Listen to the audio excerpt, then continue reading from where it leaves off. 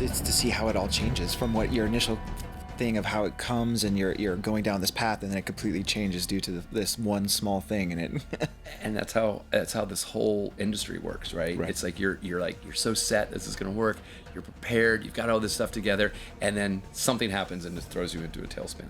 And in this case, life, right? And Indeed. much less, the economy collapsed right after this. So here we are rebuilding after this tragic fire. Film gets put on hold, everything gets put on hold.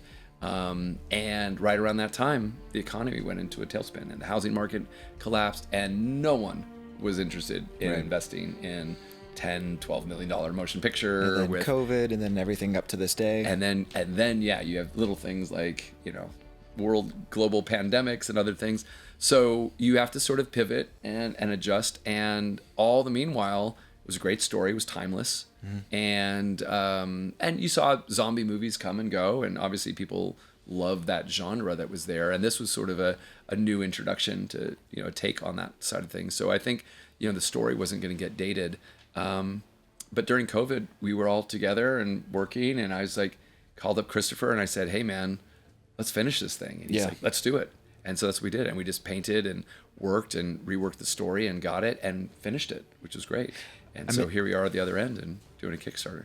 I'm interested with the visual language of this book and how it looks. And when you first started, did it change? Like when you first started thinking of it with Christopher, did it change like before to after, like the finished product? Because it's such a cinematic language to it and like look to it. Did it change at all artistically, or is it like you guys worked on that very specifically?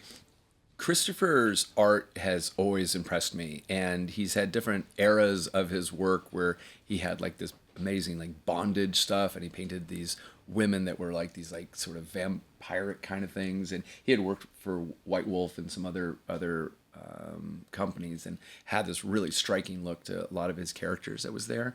What really struck me a lot about what we did with Frost was that he was experimenting with his like photorealism side of things, where he was taking his painterly, very dreamy type of painting, which he does because he does layers of acrylic and oil and all these things on top of it. And then he brings it into Photoshop and then does all these layers by hand.